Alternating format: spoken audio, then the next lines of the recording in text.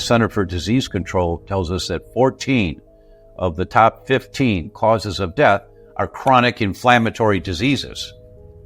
Everything except unintentional injuries is a chronic inflammatory disease. Inflammation is not bad for you. Excessive inflammation is bad for you. A primary for optimal well-being is recognizing, identifying, and addressing this low-grade chronic inflammation under the surface that's there for years, and you don't know it's there. Nearly 60% of Americans have at least one chronic disease. It is estimated that 1 in 10 have autoimmune disorders. What if I told you the real numbers are actually much worse than this? What if we were looking at this all wrong, that in fact, like so many systems in our body, autoimmune disorders are on a spectrum and nearly all of us are constantly dealing with autoimmune disease? This seems like a pretty important thing for longevity. This is your guide.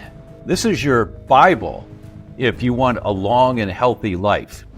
All disease begins in the... Dr. O'Brien is considered a Sherlock Holmes for chronic disease and teaches that recognizing and addressing the underlying mechanisms that activate an immune response is the map to the highway towards better health. He is the author of that book published 7 years ago, The Autoimmune Fix. It's a book that has 1,500 ratings on Amazon, which is quite a bit for a book. 1,200 of those are actually 5 stars. He holds teaching faculty positions with the Institute for Functional Medicine and the National University of Health Sciences. If you take all the muscle cells, all the bone cells, all the hair cells, all the skin cells, add up all the human cells in our body, there's 10 times more bacterial cells in our body than human cells. If you go by the numbers, they outnumber us 10 to 1. So who's in charge here? Is it the human cells or the bacterial cells? Hi, my name is Chris Burris. I'm a longevity expert and the chief scientist at a lab focused on a longevity molecule. My primary focus is to help people live longer and better lives with science. Make sure to subscribe and share so you and your friends can live longer and better. Well, actually, so you and your friends can live beyond the norms. Dr. O'Brien, thank you for joining us today. Oh, thank you. It's a pleasure. And thank you for that introduction. I was actually checking my notes before we started and I saw 7 years. I was like, I don't think that's right. And then we hopped on the phone and you started talking about kind of where your online presence started. It was more than 7 years ago and started telling a fascinating story. So I just would like, how did you first start this kind of online adventure of talking about autoimmunity? Yes. Well, it was 10 years ago, actually. And in January of 10 years ago, 2013, I went to a weekend seminar that my friend was giving on supporting healthcare practitioners online. And I'd never learned anything about that at all. And I was startled to see that people there were saying they were reaching 2,000 people with one message at one time. And I'm like, what? Like, I'd never heard of anything like this, you know. I actually raised my hand that weekend and said, I'm sorry, but what's an affiliate? Which is just a really basic concept when you're doing this kind of work, but I had no idea. But I got so turned on, I made a declaration that I was going to go out in the world and interview the world's greats in the world of celiac disease and wheat-related problems. And I was going to put it online. And would you guys help me get the message out? And everyone there said, yes, they would. And I got home that weekend, and I consider this an omen from my angels, that there was an email in my inbox from, hi, my name's Bob Roth. I am the social media director at the University of Chicago Celiac Center, very famous celiac center. And I'm in California right now, where I live.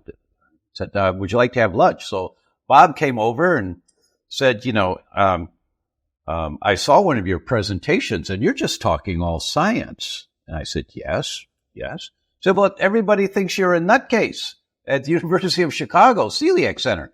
That's because I'm not supporting the party line. I'm encouraging people to ask questions and go deeper. He said, but you're just talking science. And I said, yes. So would you And I said, so Bob, listen, I just went to this week and I learned about your world and about like social media and what that is and all that. This is what I'm going to do. Would you like to join me in this and be on my team and help me carry the message out? And he said, yeah, that sounds great. And then I looked for somebody to help with the computer stuff, the technology. And I found a guy in Tennessee, and he could live in Tennessee and do the work. That wasn't a problem. So he joined us. And for 10 months, I traveled the world. My very first interview, I went to Oxford, England, and interviewed Professor Michael Marsh.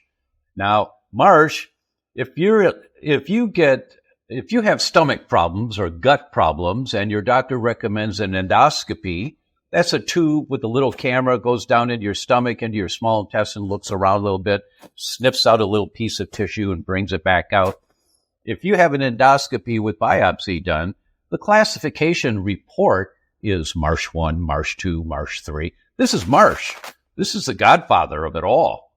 And when I interviewed him, he was 74 and he had never been interviewed, ever. And this is the godfather of celiac disease. Hard to imagine. Took me around Oxford, arm in arm, said, Tom, right there is where I stood when I got my medical degree in 1960, whatever it was. Oh, that's great, Professor. And then we'll walk around. Takes me down into the bowels of the library at Oxford. Said, that's the chair that I sat in every day. Oh, that's great, Professor. But I interviewed the world greats, and we put it online in November. It was called the Gluten Summit, A Grain of Truth. We had 118,000 people that watched it in a week. And I was just so startled and blown away by this. My friends called, and Mark Hyman said, how did you do this? I said, well, I don't know. My team did it. I just did the interviews. Well, can I talk to your team? And I said, sure, of course. And many of my other friends and brain summits and thyroid summits and liver summits and detox summits. So Bob and Bobby on my team came to me and said, Doc, your friends all want to do summits. We should start a company to do this. And I said, oh, no, man, it's not my thing. I don't have a passion for that, but you guys go ahead. We did great together with my blessings. You go for it. That was the start of Health Talks Online, which has done the vast majority of summits in the last 10 years for doctors who wanted to carry messages out. And tens of millions of people have seen summits from Health Talks Online, the company that put them all together. But it all started as my team just making this up, because I went out and did the interviews and they made it up how to put it all together. In 2016, I had the bug again to do something. So I went to the Autoimmune Summit in Stuttgart, Germany that year, and interviewed many of the world leaders in autoimmunity and put that online. It was called Betrayal, the Autoimmune Disease Solution They're Not Telling You. And I wrote the book that year, The Autoimmune Fix, as a result of that also. And we've had over 2 million people who have watched Betrayal. I travel a lot. I just came back from Rome 2 days ago. I was on stage in Rome, and I'm stopped in airports all the time. It's like people, and they're looking, and they say, I think it's my hair, but they say, you're Dr. Tom. And I said, yes. And they often start crying. They say, you saved my daughter's life. And I used to feel really weird about that. I didn't know what to do. Oh, thank you very much. I'm so glad to hear that. Thank you very much. It's really cold and impersonal because I just didn't know. I'm not some special guy. I just do my thing, my passion. But then I learned what to do. So I look them in the eye and I say, tell me about that. And they go, oh, we had been to 7 different rheumatologists, blah, blah, blah, blah, blah. And she's been on medication. She has stunted growth and she's not developing, but, her pains are less on all the medications, the steroid medications. But we read your book, or we saw Betrayal, and, we followed your guidelines, and she's off all medications and she's growing like a weed now. That's so great. That's wonderful. You made my day. Thank you. I've got a plane to catch, so I got to go, but thank you so much, right?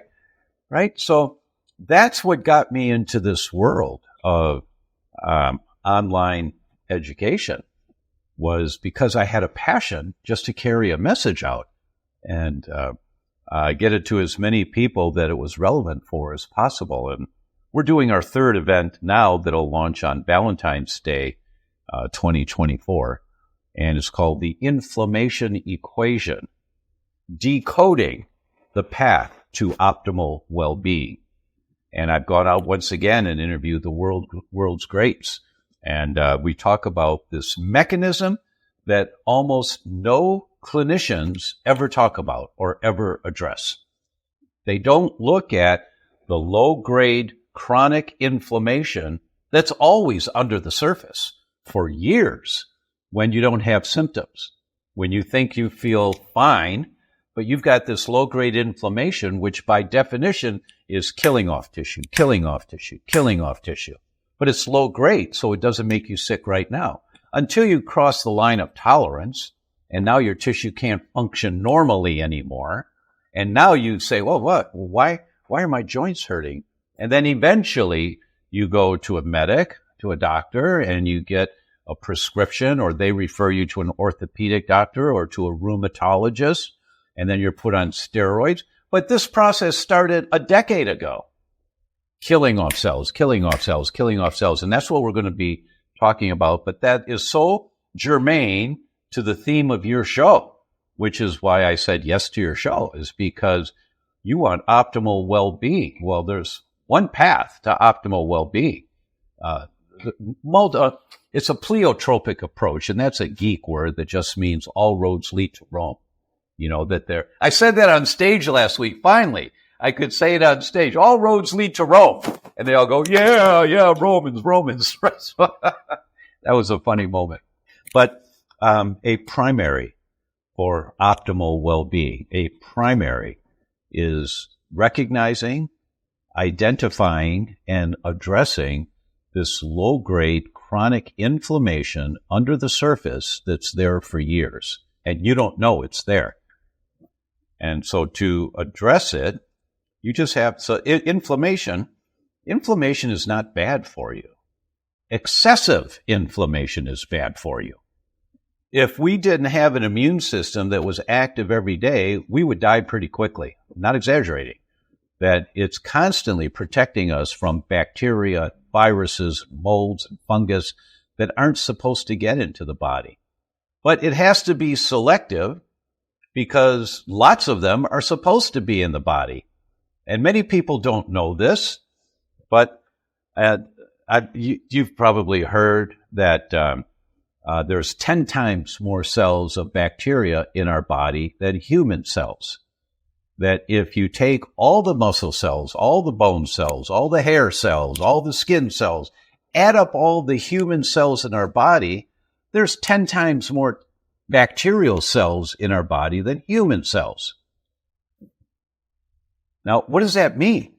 You know, that's kind of geeky stuff, but usually it's at the second bottle of wine when my friends and I have been teaching all day and we have a big dinner afterwards, you know, and we're talking, so are we humans with a lot of bacteria, or are we bacteria having a human experience?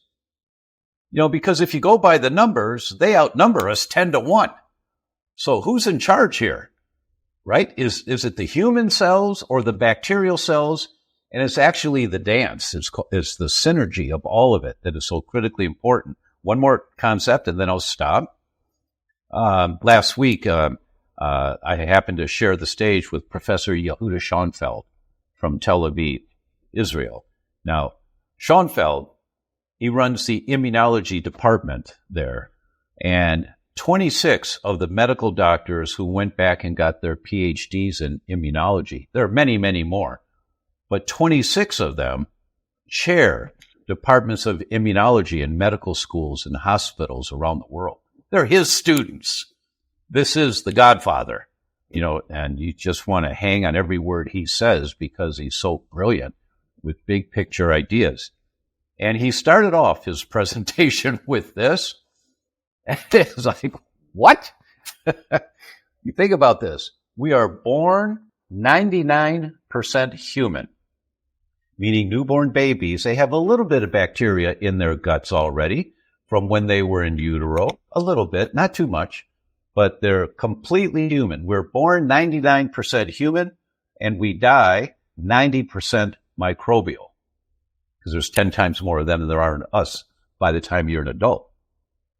So if you think about that, so wait a minute, why would the Creator give us a body that comes out all human, almost completely human, but as we go through life, we accumulate more bacteria, more viruses? What's that all about? And that's the key to optimal well-being, is if you understand that concept and understand how to encourage the good guys and create obstacles for the bad guys that get into your body functions. It's a dance. And look, the good guys in your gut. When I was in Rome, there was a really nice gym in this hotel that I was staying in. So I worked out, and all this equipment that I hadn't seen in one place before, I worked out maybe 2.5 times more than I should for my current level of health and how many times I'm working out a week and all that. I just stayed in there really enjoying well, the next day I was so sore. I had to laugh, because it was hard to move my arms and my back. And I just had to, because I knew it was lactic acid. Lactic acid is just the exhaust of your muscles. And if you work out too hard and you produce lots of exhaust and your body's not set up to get rid of all that exhaust, it accumulates there and you're sore. It creates inflammation and you're sore the next day. Okay, no big deal. It's going to go away. But this concept of exhaust from your muscle cells, the bacteria in your gut produce exhaust. It's called the metabolites of the microbiome. And we know that some of them are called short-chain fatty acids and nucleic acids. They're really important for many, many reasons. But they're produced by the bacteria in your gut. Now, here's something else that Charles said last week. 36% of all the small molecules in your bloodstream, over 1/3 of all the small molecules in your bloodstream are the exhaust from the microbiome. Why? You just sit back and you say, what? Why? And here's the reason why. And some of you may have heard that we have 99% the same genetics as a chimpanzee. 99% is the same, meaning we've got about 23,000 genes. Chimpanzees are really close. They've got close to 23,000 genes. So what makes us so different, where we can think better and we can develop more body function? What makes us different? It's the microbiome, because the microbiome creates these metabolites, this exhaust that goes out into your bloodstream, and they're the messengers that control how your body functions. It was Professor Michael Gershon at Princeton. In 1999, he published the book, The Second Brain. And it's all about the microbiome in the gut. And he told us way back then, for every one message from the brain going down telling the gut what to do, there are 9 messages from the gut going up telling the brain what to do. So your brain hormones, called neurotransmitters, the balance of your neurotransmitters is all controlled by the microbiome in your gut. So you have depression, you have with whatever other therapies you're doing. You have anxiety, you have to fix the gut compared to whatever therapies you're doing. You have schizophrenia, bipolar disorder, you have to address the gut along with whatever else you're doing. You have to, because all of the medical modulates. It's a geek word, babble word, but all it means is has its hands on the steering wheel. So the exhaust of the bacteria in your gut have their hands on the steering wheel of how your body functions. So just turn the steering wheel 5 degrees in one direction. 50 yards down the road, you're off the road. You've got neurotransmitter imbalances and you got depression or you've got anxiety. Doesn't matter. The mechanism is the same. So you take the medications to deal with the current symptoms, But you also have to address, where's all this coming from? In my introduction, you say the map to the highway to better health. It's impossible to develop optimal health if you keep chasing every new thing that comes along that's supposed to be the great savior. There is no great savior. That it's lifestyle that makes the difference. It's all the little things you do. I sign books at book signings always the same. I ask the person their name, and then I write base hits, win the ball game. It's all the little things you do every single day that accumulatively allows your body to function at its optimum. So that was a phenomenal introduction. As much as I'd love to go down the philosophical discussion of we are just vehicles for bacteria to get around and reproduce, I'd love to have that bottle of wine and go down that path. I want to just, one of the things you said is, the feeling that you're not that special. And I think a lot of us have had moments in our lives where we don't, but I would submit that you are. Like, you've written books, you've been talking about this, you just share, you even, how do I get rid of my uncomfort or discomfort and kind of intuitively know as you ask about their experience, right? And so that's compassion about them and how do you make this more comfortable for them? And it sounds like you and your initial summit way back in, I guess, 2013 was the start of Health Talks, which I believe is now named Health Means, which is the company that's helping me put on this summit, actually. So, like, what an amazing story. And one other thing, just because it's a concept I've been batting around, pun intended, is you talk about like base hits win the game. And I've been talking about how success in almost every arena is actually born out of incredibly boring things, right? So base hits, and they're not like, they're good, right? Like baseball, you don't get that many base hits. So that's pretty good, but they're not as exciting as home runs, right? Right. And you look at what does it take to have good gut health? It's not getting these exciting, whatever, banana splits or, great breads, because they are delicious. But, it's the boring things that really kind of bear out real success at the end. And so, it sounds like you're actually giving that message on every front. And I want to get into, okay. So, right. So there's a lot of, when your gut's out of balance, like, so that intro clear, when your gut's out of balance, like everything can go wrong and often does, I think is a fair way to put that. So we're talking about autoimmunity. Let's first talk about your story that got you into focus on this, right? So why did this come on your radar to begin with? And then we can jump into, what do we do about it and where do we need to really be concerned about it? Oh, okay. 1979, my ex and I could not get pregnant. I was an intern at the time.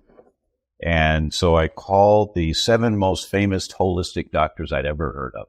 And I was able to talk to them, and I'd say, what do you do for infertility? And they'd say, what a category? No. Learn? Okay, category 1. And I just wrote down everything they said as quickly as I could. And I put a program together. We were pregnant in 6 weeks. My neighbors in married housing, we lived on campus at the time, they asked if I'd work with them. They'd been through artificial insemination and nothing had worked. And I said, well, I don't think there's anything here that could hurt you. Okay. They were pregnant in 3 months. So now we're 4 months pregnant and just hot to trot and tell the world. So we tell our friends, and our friend's sister in Wisconsin, I was in school in Chicago. Our friend's sister in Wisconsin would drive down because she had 3 miscarriages. Please, can you work with me? And I said, well, I don't know if it's going to hurt you, but it's certainly, I don't know if it's going to help you, but it certainly won't harm you. She got pregnant and she had a healthy delivery.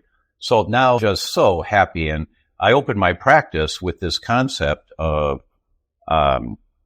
hormone-related problems.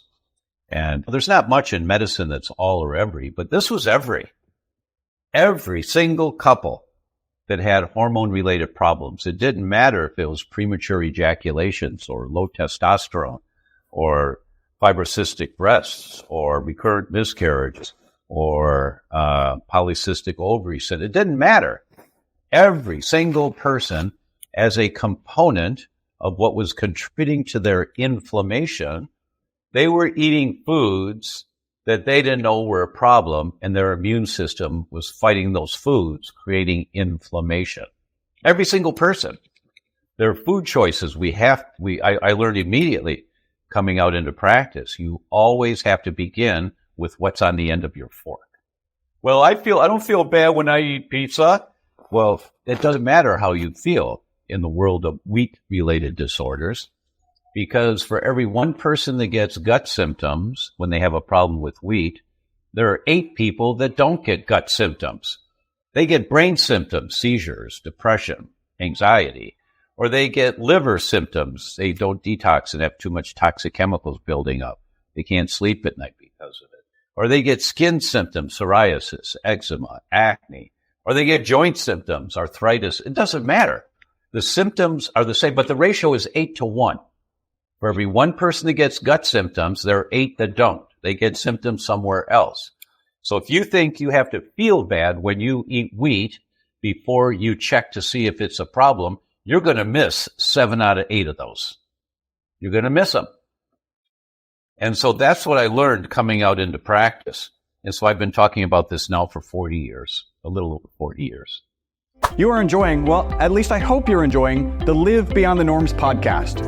Make sure you subscribe, make sure you follow, and make sure you share. But don't be that annoying guy, whatever you do. Don't share it with people who aren't actually interested in living beyond the norms. All right. So in your book, the tagline is how to stop the hidden autoimmune damage that keeps you sick, fat, and tired before it turns into disease. And you just touched on kind of the sick and the fat and the tired there. What it kind of implies that, if you're feeling sick, if you're fat, if you're tired, that this is driven by autoimmune responses. What are the lifestyle modifications? Well, maybe let's look at 8 out of 9 in your case, right? So only 1 out of 8 are going to feel bad when they eat. How do those other 8, let's assume those other 8 are feeling sick and fat and tired. What do they need to do to kind of check for this gluten sensitivity? You have to identify the triggers of inflammation. There's no other way. You have to identify, how am I throwing gasoline on the fire? Is it gasoline or kerosene? What is it?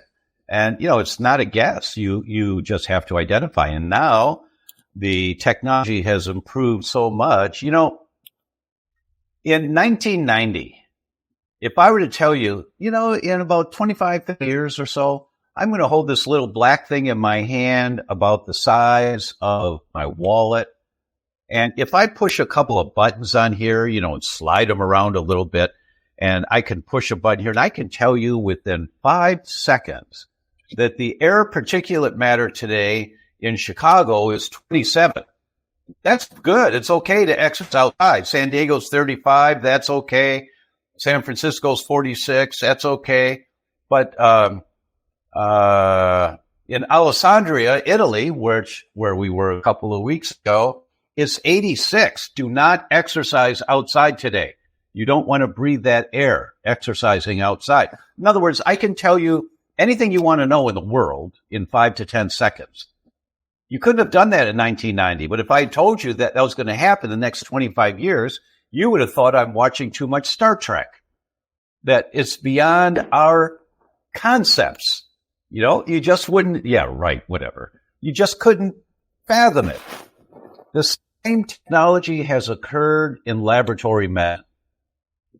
Science improves, but the tests that most doctors are using, because the laboratories are using, the tests are from the 1980s, the 1990s, maybe the early 2000s. They're good tests, but they're wrong 2 or 3 or 4 out of 10 times, completely wrong.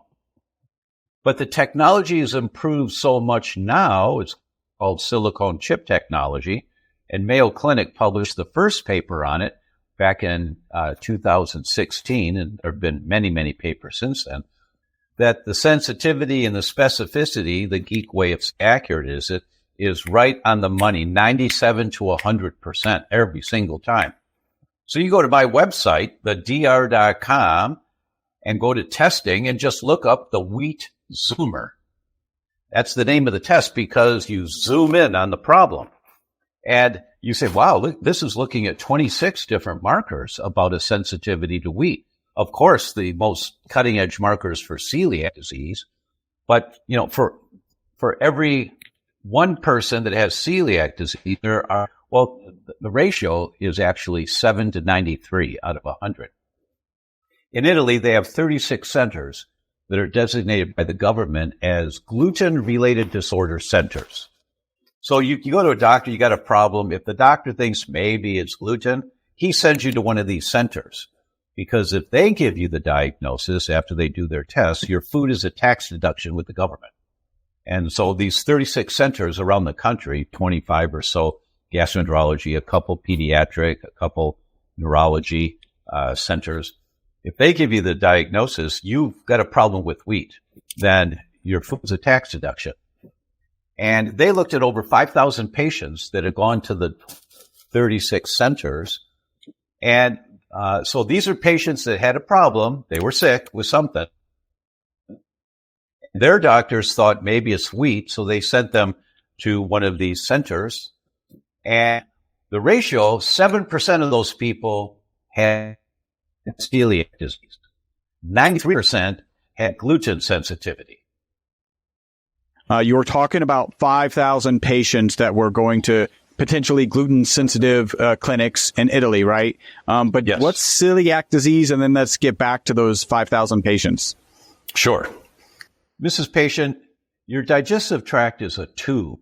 Starts at your mouth, goes to the other end. One big long tube. It's about 20 to 25 feet long. If you can visualize a donut, if you could stretch a donut out so it's one big long donut, that's your digestive tract. So when you swallow food, it's inside the tube. It's not really in the body yet. It's inside the tube. Well, how does it get into the body? Well, your intestines are like the inside of the tube of the intestines is like a hairbrush. There's lots of these little spikes coming into the tube. And each spike absorbs different vitamins and minerals and things so that you can get the nutrients out of the food that you eat. Celiac disease is when the bristles of the hairbrush wear down. And now you've got no brush whatsoever there. Another way of thinking of it is that the inside of the gut is lined with shag carpeting. And celiac disease is when the shags all wear down and you've got Berber. There's no shags. You can't absorb. So you get all of the diseases that vitamin A deficiency, vitamin D deficiency, protein deficiencies, and it can be a fatal disease. Not so much anymore, but in the 1930s, 1940s, 1950s, nobody knew what this was. And especially kids. Kids were dying from this. They have big bloated bellies and they're really skinny, emaciated. They're not growing, failure to thrive. And it was World War II that made a difference because this one doc, I think he's in Denmark, he noticed within all these kids that had this unknown disease, the number of kids that had this disease went down during World War II, almost to none. And said, wow, he noticed that, didn't pay attention to it because it was the war. But then when World War II was over, within a couple of years, more kids started showing up again with this emaciated disease and the bloated bellies. And he started thinking, well, what's different? Well, there was a war, and there's lots of things. But what in their gut? There was no bread. For years, there was no bread. Could it be wheat? And then they then they found out what celiac disease was. That it's the only autoimmune disease. There's no argument that the environmental trigger that sets it off is wheat. There's no argument whatsoever about that. Everyone agrees to that. So, unfortunately, doctors were taught that in school. So they put it together that if you have a problem with wheat, you get celiac disease. That's not true. That's just how it was discovered. But now it turns out we know for every 7 people that have celiac disease, there are 93 that have wheat sensitivity or gluten sensitivity and all kinds of sicknesses, but they don't have celiac. They've got other problems with wheat. So unfortunately, too many doctors still think that if they test you for celiac and it's negative, you don't have a problem with wheat. And that's a historical misconception. They just didn't know enough at the time. So that's celiac disease. So we've got the 5,000 patients in Italy that you were kind of talking about. Yeah. And I brought that up to the point that when a current patient goes to their doctor and says, I think I have a problem with wheat, should I be gluten-free? Well, let's do a blood test and see. And they check you for celiac disease. It's the wrong test. You'll only find 7 out of 100. You'll miss 93 out of 100 because you're only testing for the markers of celiac disease.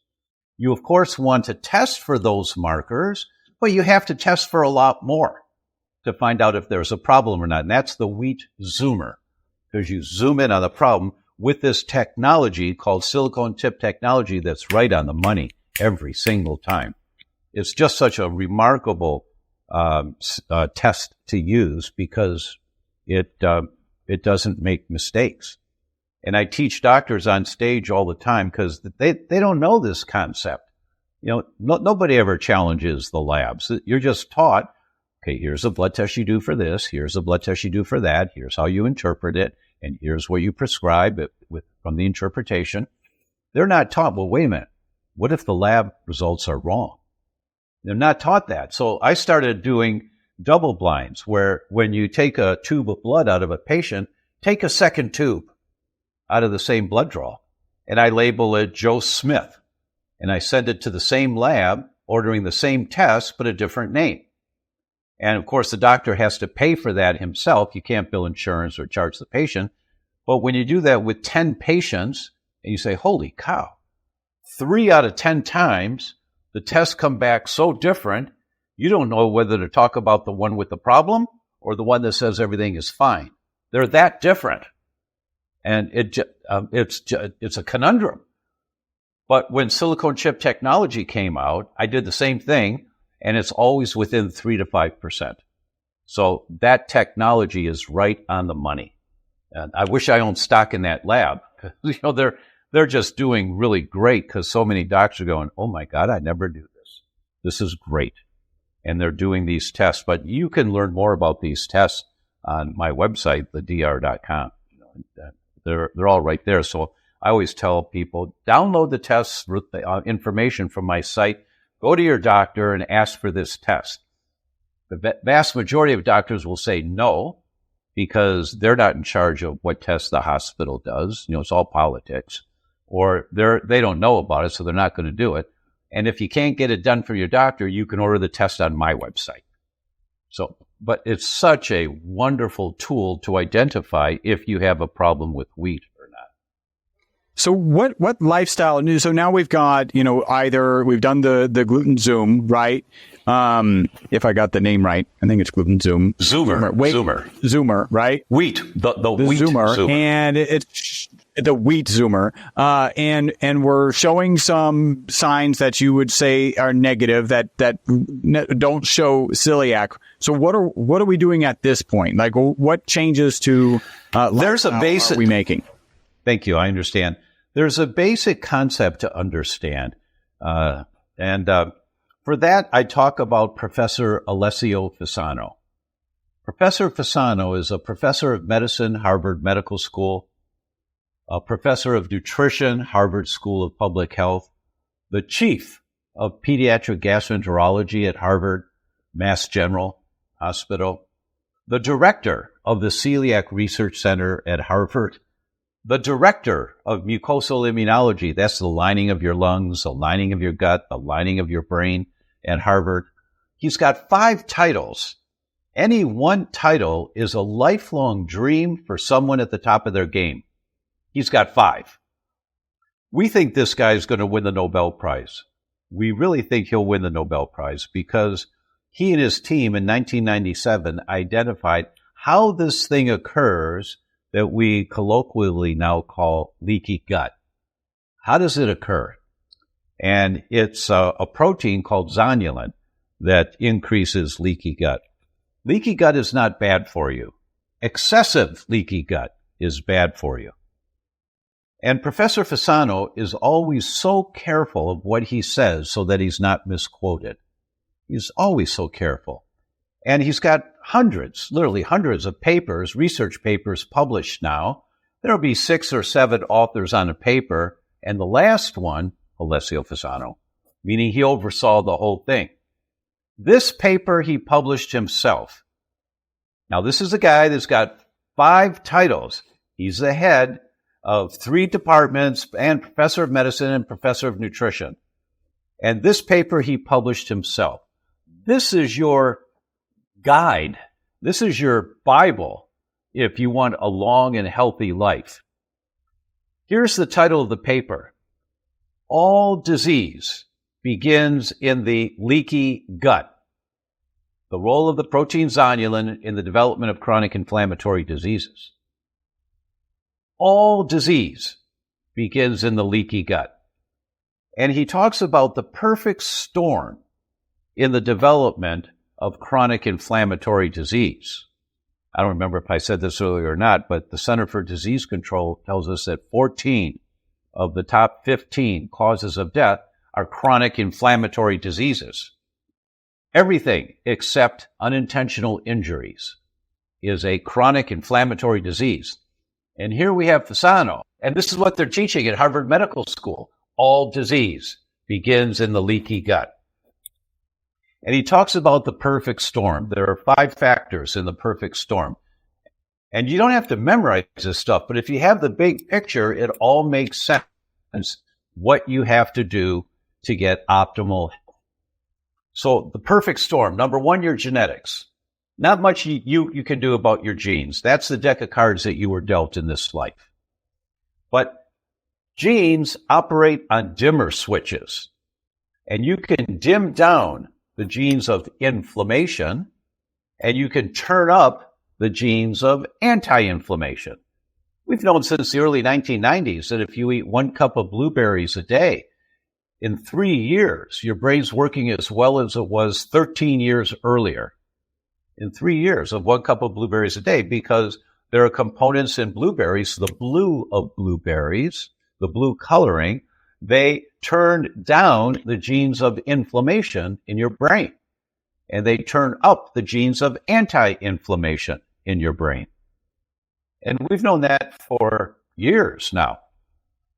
So it doesn't matter what your genetics are. It's the environment that turns up genes of inflammation or turns down genes of inflammation and turns up genes of anti-inflammation.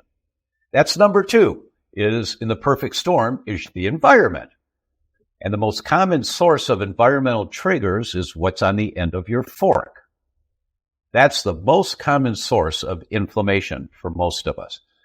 There's also others, like if you live in a house with mold and you're breathing mold, it goes right up to your brain. We know of 5 types of Alzheimer's. The most common, 60 to 65% of all Alzheimer's, is inhalation Alzheimer's. It's what you're breathing that's creating the fire in the brain, killing off brain cells. Inhalation Alzheimer's, that's another environmental trigger, but it's still an environmental trigger. And it's turning up the genes of inflammation. But the most common source is what's on the end of your fork. That's why we started talking about wheat so many years ago, is because it's so very, very common. Number 3 of the perfect storm, of the 5 factors in the perfect storm, is when you have too many inflammatory environmental triggers, you kill off the good guys in your gut and you get more bad guys. And the technical term for that is dys. And that just means too many bad guys, not enough good guys. And when you have too many bad guys, not enough good guys, it creates number 4. Because the inflammation that comes with too many bad guys in your gut, it creates number 4. Now, Mrs. Patient, your gut's a tube, starts at the mouth, goes to the other end. The inside of that tube is lined with cheesecloth. Now, I talked about shag carpeting. Well, each one of the shags is lined with cheesecloth. Only really small molecules can get through into the bloodstream. But when you have dysbiosis, when you have too many bad guys, not enough good guys, you tear the cheesecloth. And when you tear the cheesecloth, now larger molecules get through in the bloodstream before they're supposed to. One of the reasons why your gut's 20, 25 feet long is it takes a whole lot longer to break down beef, like from a hamburger, than it does to break down a banana. And so you've got to just think of a pearl necklace. And the acid in your stomach undoes the clasp of the pearl necklace. Now you have a string of pearls. And your enzymes act as scissors to snip that pearl necklace into 10 pearls, 8 pearls, 6 pearls, 2 pearls, 1 pearl. Each pearl of the pearl necklace is called an amino acid, and that's small enough to go right through the cheesecloth into the bloodstream. That's how we're supposed to absorb our nutrients. But when you get tears in the cheesecloth, now you get macromolecules, these larger molecules that get through the tears in the cheesecloth into the bloodstream before they should be able to get through into the bloodstream. You've got these macromolecules now in your bloodstream. Your bloodstream is just a highway. It's a traffic, but it's just a highway. And now your brain says, whoa, what's that on the highway? That's not something that's good for me. I better fight that. And then your immune system makes antibodies to fight that macromolecule. That's 5, chronic inflammation, the systemic inflammation in your bloodstream. And that's the mechanism for disease. Now, there's one more visual. If you pull a chain, the chain always breaks at this link. It's at one end, the middle, your other end, it's your heart, your brain, your liver, your kidneys, wherever your genetic weak link is. That's where the chain's going to break. So, and the pull on the chain is the systemic inflammation chain. That's phenomenal. And I think that brings us to a really good spot to kind of jump into our wrap-up questions. Is there anything else that you want to share kind of related to the topic, right? Inflammation. We've talked about, you kind of highlighted, didn't use the word inflammaging, but kind of highlighted that. Anything else before we jump into our wrap-up questions? It's overwhelming for people to understand this because we've been trained to think of just take this pill and you're going to be fine. Of course, all that training comes from the marketing from the pharmaceutical industry. I mean, what's the name of that box in the bathroom on the wall? It's a medicine cabinet, right? It's not a health cabinet. It's a medicine cabinet. We're trained from day one. Yeah, I'm going to have to take some medicine. No, you're not. No, you're not. Just read the book, The Blue Zones. These are people that live into their 90s, over 100, fully functional, not on any medications in the world. And these are areas where there's a large percentage of the people living these long lives, healthy, vibrant lives. And they found there are 9 factors in the blue zone culture. But my point is, when you learn how to live your life out of the principles of staying healthy, then, well, I can have a little pizza once in a while. Well, no, you can't. Not without knowing how to compensate for it.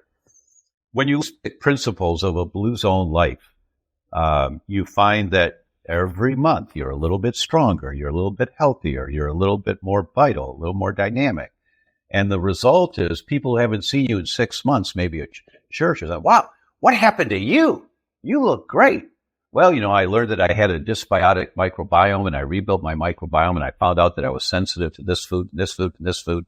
And I found out that mold in the bath, that was never a big deal. I had to get it out of there because my blood test showed that I had mold in my body, and it causes lots of inflammation in my brain. And I'm thinking better than I felt years. And people just look at you and go, what? It just overwhelms people when you're in this protocol for 6 months or more. You've changed your life. You feel like $1 million, or you feel so much. I don't care what disease you have. You follow these principles and you start functioning better. Period. Yeah, I love that. All right, let's get into our wrap-up questions. Do you have a target age that you want to live to? Yes. I have my son my third child now. I have 2 adult children and 2 grandchildren, but our son, it will be 3 next month. I want to shake up the dance floor at his wedding, which means that I need to be, I'm assuming he'll, somewhere around 25, 28, maybe he'll get married. So that means my target is 9. So I'm 71 now. Awesome. And how long do you think humans can live? Oh, there's no question. If you look at the science, 120 is very reasonable. Excellent. And what are 2 to 3 protocols, habits, mindsets, let's call them shortcuts, because everybody likes shortcuts, that you would share for longevity and a long health span? Yeah, I'll give you 3. First one, there's no shortcuts. That's the first one. The second one, you have to have enough water. You have to hydrate well so that your body can get rid of the crud and waste, the exhaust. It's 1/3 of an ounce per pound body weight. And if you're sweating regularly, like in saunas or exercise to the point of heavy sweating, it's 1/2 ounce of water per pound body weight. So getting hydrated, we are a nation of dehydrated people. So that's the first thing. And the third is mindset. And the mindset is, as you start learning all of these things that are just going to freak you out because they're so contrary to what you thought was healthy living, as you learn all of this, it's overwhelming. And so the title of my second book was You Can Fix Your Brain. And it's #1 in 7 categories on Amazon for brain function. I'm very proud of that. The subtitle is Just 1 hour a week to the best memory, productivity, and sleep you've ever had. And that's the key to success here, is you tell your family, you know what, every Tuesday night after dinner, I'm going to spend an hour learning more of how we can get healthier, so don't bother me. Or every Saturday afternoon, I'm spending an hour, whatever time it is, but every week you allocate just 1 hour. Because when you learn that the nail polish that you've been putting on your nails for 30 years, that the phthalates in the polish are hard, they're in your bloodstream in 4 to 5 minutes, and they accumulate.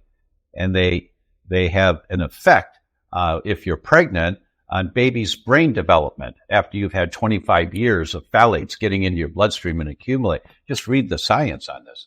Or you learn that when you store your leftover dinner in plastic containers in the refrigerator, the next day that chicken has phthalates in it from the container, that the chemicals in the container leach into the food. When you learn that, it's so overwhelming. Well, what do I do? Well, in my book, You Can Fix Your Brain, I've got 36 different to-dos in there. And for that one, I give you 3 URLs. There's mileskimball.com, Amazon, and whatever the third one is, I don't remember. But you go in there, you look at the glass storage containers. Well, those are okay. Oh, I like those. And you order 3 round ones, 2 square ones, 1 for the pie. You pay with your credit card, hit send. It took you an hour to do that. You're done for the week. But never again will you poison family unintentionally by storing leftovers in plastic containers. Next week, you learn that NASA did the study on plants because the astronauts were going a little loopy in space. They never talk about that to the press, but they were going a little loopy. They said, what is this? What's going on? And what they found out, it was all the chemicals from the equipment inside the shuttle that were outgassing chemicals into the air. They were breathing the chemicals. They go right up your nose, straight to your brain, causing inflammation in the brain, and astronauts were not thinking clearly. So NASA funded the studies about houseplants. And what they tell you is that you put 2 6-inch houseplants in a 10 by 10 room, it absorbs 74% of the toxins in the air. So you go out and you buy 20 houseplants for the kitchen and the bathroom, 2 in each room, the bedrooms, the living room, the dining room, because especially your kids' rooms, you put them in there because the formaldehyde that the pressboard nightstand is made from, pressboard, is soaked in formaldehyde. All right, so those are great I guess they're not shortcuts because step 1 is there is no shortcut. Number 2 is water. Number 3 is mindset. And I actually jotted a 4th, which is allocate 1 hour per week to health learning. So I think that's pretty phenomenal. Dr. Tom, how can people contact you? Our website is thedr.com, thedoctor.com. Just don't spell the word doctor out. Thedr.com. Our books are there, lots of videos, educational videos, lots of programs for people to get more excited. And with what I was just talking about from NASA, if you go to the dr.com/plant, I've got the handout there from NASA studies, because NASA did the studies that showed houseplants will absorb 74% of the toxins in the air. So that's great. Simple, easy steps that have long-term benefit. So I'm super impressed because thedoctor.com is amazing. I'm kind of an internet geek and know that was a non-trivial thing to get. So you just I'm assuming you got there early or invested in it, whatever. It was just super impressive. What in the near future are you excited about? We have a new docuseries coming out. I've been interviewing experts all over the world on this low-grade chronic inflammation. And the entire docuseries is called The Inflammation Equation. And it's all about what are the little things that you can do every day to reduce the amount of inflammation that we're being exposed to. Do you know where they're going to be able to find that series? Yeah. The inflammationequation.com or my website, thedr.com. We'll have a link there too. Okay, excellent. So the way to find Dr. Tom is thedr.com. So that's THEDR.com. And then you can go to thedr.com, thedoctor.com/plant to look at that NASA and plant study. This has been a fascinating conversation. I feel like we could go for another hour, but I'm trying to keep it tight. So I appreciate all of your knowledge, all that you've been doing for all these years. I appreciate the special guy that you actually are, and I thank you for joining me today. Thank you, Chris. Real pleasure to be with you. I hope you enjoyed this episode of the Live Beyond the Norms podcast. Make sure to subscribe and follow. Also, make sure not to be that guy, the guy sharing this podcast with people who are not interested in living beyond the norms. If you would like to learn more about the ESS60 molecule, the molecule responsible for the single longest longevity experimental result on mammals in history, a full 90% extension of life, visit myvitalc.com. That's myvitalc as in carbon.com.